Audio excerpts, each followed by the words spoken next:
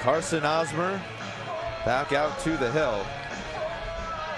It's always a good sign when you come into your third inning of work and you've already batted more times than innings you've pitched.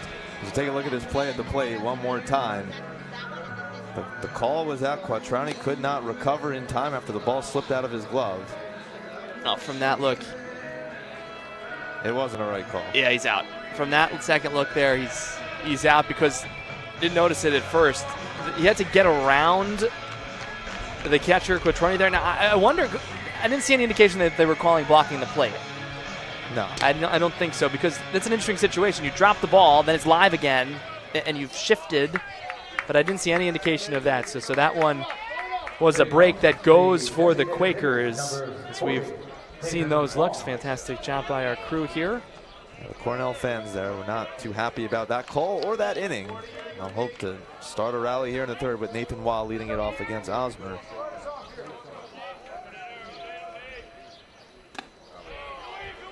On that play, though, it was an especially soft toss to the plate from Max Jensen, and that might have thrown his catcher off a little bit. Certainly didn't help. Yeah, you trying to aim it home.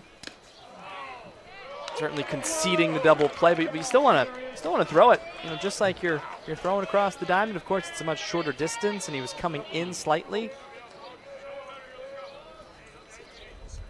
1-1 in the turf. Well, ironically, he was probably trying to make sure it was as accurate as possible. Yep. Just making sure there's no chance returning two, just trying to get the one out at the plate. But it worked against him, and that Quattroni couldn't bring it in. 1-1 is ripped by Waugh in a left and out of the reach of Collins. Waugh rounds first, and will have a leadoff double here in the third. His second hit. Smoked that one. Good effort out and left by Gavin Collins, but nothing he could do. And yes, it is early in this game. Take another look here. Knee high, thigh high, and plenty on that one. Leadoff double. Second straight inning that Cornell's had the leadoff man on, down 6. You get the feeling Cornell needs to score at least one here. Osmer has already stranded 4 big red base runners aboard, and this is flipped into left field. Coming on is Collins. He plays down the hop.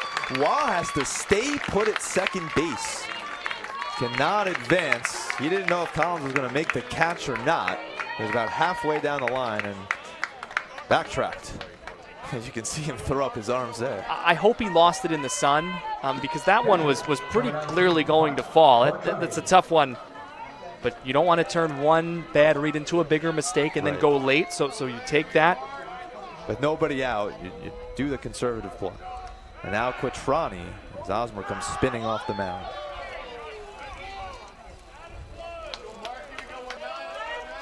Those little things can make a difference. Again, no out, down 6 here, early innings.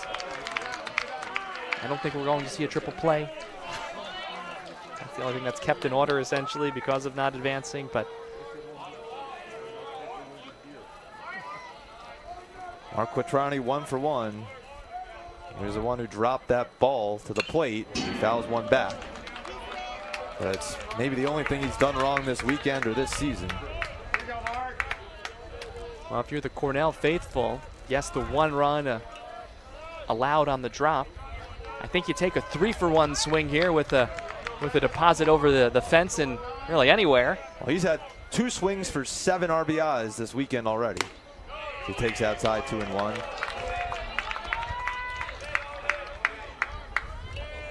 He is one of 4 Cornell players ever to have 11 home runs in a single season. He had 7 home runs in Ivy League play, so that's an average of 1 per weekend. That was the most all time for the Big Red. And he gets jammed on this one and fouls it off down the right field line. And his next home run will tie that single season record set by Chris Cruz, who had a dozen in a season with the Big Red. And what might give you chills if you're a Cornell fan, that 12th home run that Chris Cruz hit in 2012 was the swing that sent the Big Red to the NCAA tournament the last time they were there. 2-2. Quattroni's able to loop it into center. Nathan Waugh will get held up at third base, and the bases are loaded for Cornell.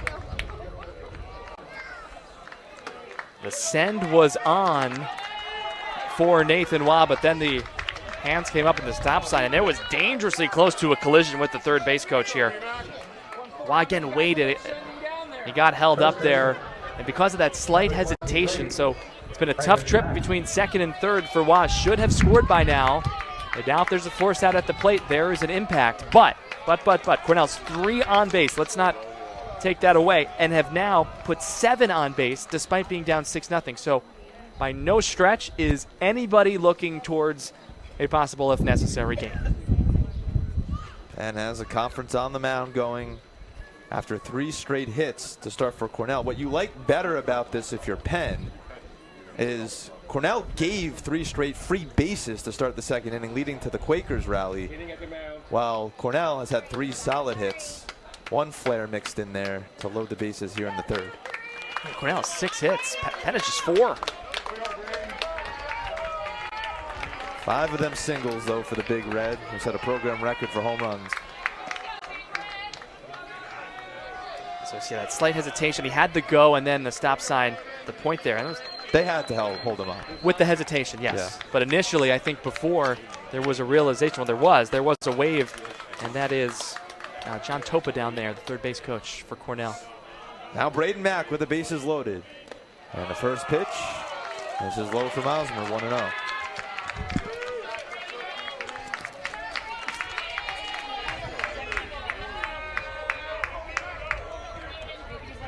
Waugh third base, Jensen at second, Quattrani at first, 1-0. And now 2-0.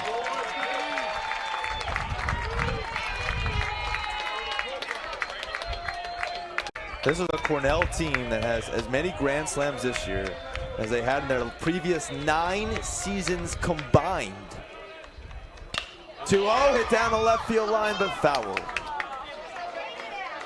8 Grand Slams this year, including the big one yesterday for Quattrani. And 3 of those 8 are against Penn. Yeah, 2 of them were in back-to-back innings from Caden Wildman down in Philly a month or so ago. 2-1 to Mack, and he lines one up the middle and by Chavez into center. Waugh is in, and Jensen scores. The first 4 have reached for Cornell in the third, and it's 6-2 on Braden Mack's 2-run single. Mack hit it well, a good effort up the middle. Might have actually hit off the very back corner of the base. It took a weird swing. It appeared and slowed it down or sped it up. Chavez almost got there. Just like that. Tying run is on deck. It's the third inning. First to 20. That misses down and inside, 1-0 on Hager.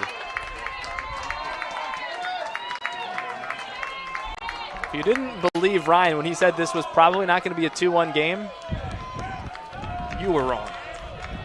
You should always believe me regardless. 1-0. That's in at the knees, 1-1. Well, really every Ivy tournament game has had some component of back and forth to it. Princeton did blow out Columbia by 10 runs, but the Lions have a 5-3 lead in the middle of that game. It's been a really fun action here over the first 6 games. That's outside, 2-1. And it's because we have the 4 best offenses in the Ivy League that are in this tournament. 100%. Big reason why all the squads got to this point. And I may have been kidding when I said first to 20 before, but this could be something where you need 12 runs to win. In for a strike, 2-2. Oh, I wasn't sure if you meant 20 innings or 20 runs. I was hoping for runs, not innings. I mean, combined in 2 games, not in 1 game. No, not in 1 game. 2-2. Line to the left, a base hit for Hager.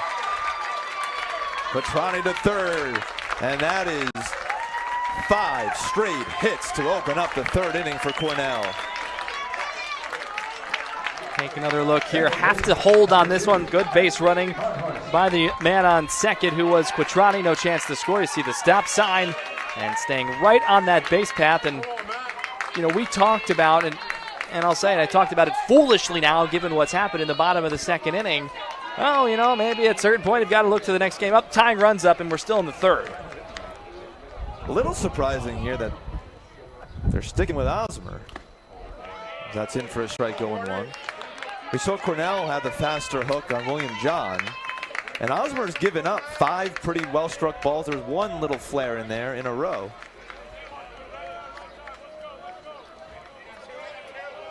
Now Matt Barnhorst, the captain, he takes down and away, 1-1. He's been especially clutch this year for Cornell. There is some throwing in the Penn bullpen. We can only see through the wall kind of the middle part when the ball is being thrown back and forth, not quite who or who's catching it, but there is certainly some pitching going on in the bullpen for the Quakers right now. 1-1, grounded slowly over to second, and the only play is at first for Connor Chavez. That'll score Mark Quattrani, and it's 6-3 on an RBI ground out for Barnhorst. That, frankly, is better than a sacrifice fly because it takes the double play out of order. It's, I'm sure, not what Barnhorst was looking for. It's an RBI. You get 1 run closer and just 1 out. And advances everyone. And now it'll be Caden Wildman.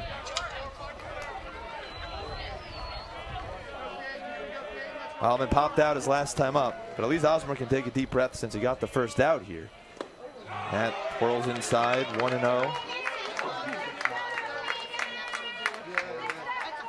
Mark Quattrani got a very late break, by the way, to the plate on that ground ball, and is fortunate it was so softly hit that Chavez determined there wasn't a play at home.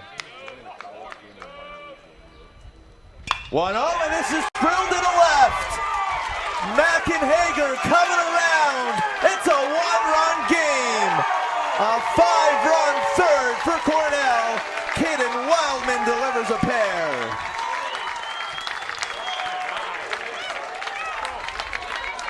This is unbelievable. In the third inning, this is quite the rally for the comeback kids who have done it so many times this year. They had 7 innings to play with. We just need 1.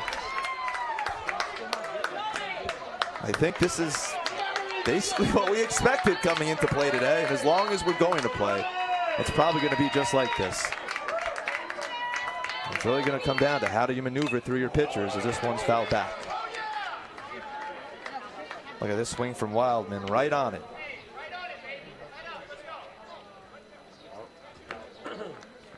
And now John Yurkow with some concern for his catcher, Justin Neske.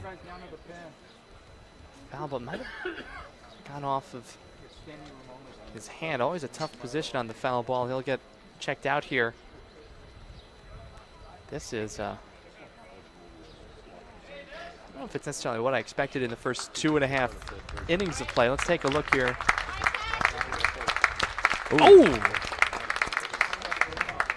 Yeah, that will certainly be felt. Now, I was a catcher way back in my day, only through high school. I don't know what I was doing back there. Tools of ignorance.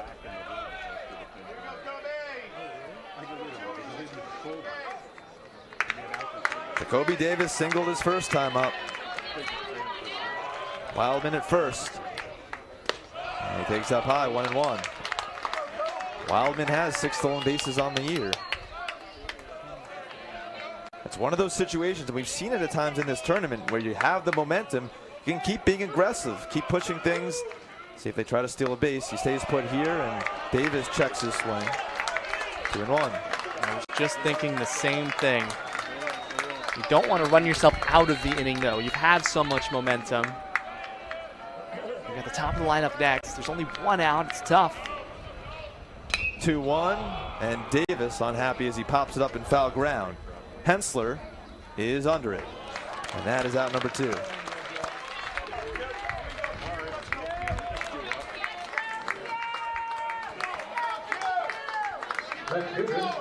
Cornell has 9 hits in this game. They've only made out 8 times.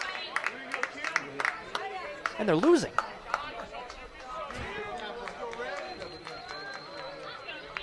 And John Quinlan has made 2 of those 8 outs via strikeout. And he takes high, 1-0.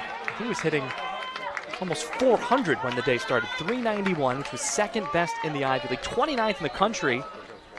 He's averaging 2 hits per game when you round up, 1.7 to be exact. Quinlan came into the series 4th in the nation in hits per game, 1.76. A lot of talented players on these two teams. Yes, the 3 seed and the 4 seed, but it's wide open. No surprise, both squads are here. Runner is off on the 1-1. Throw to second base by Neski. Not in time. A stolen base for Caden Wildman. And I think, Drew, the decision to run there is a little bit easier with 2 outs. I agree. A couple pitches into the at-bat. Relatively, in a 50-50 spot. See a pretty good jump there for Wildman.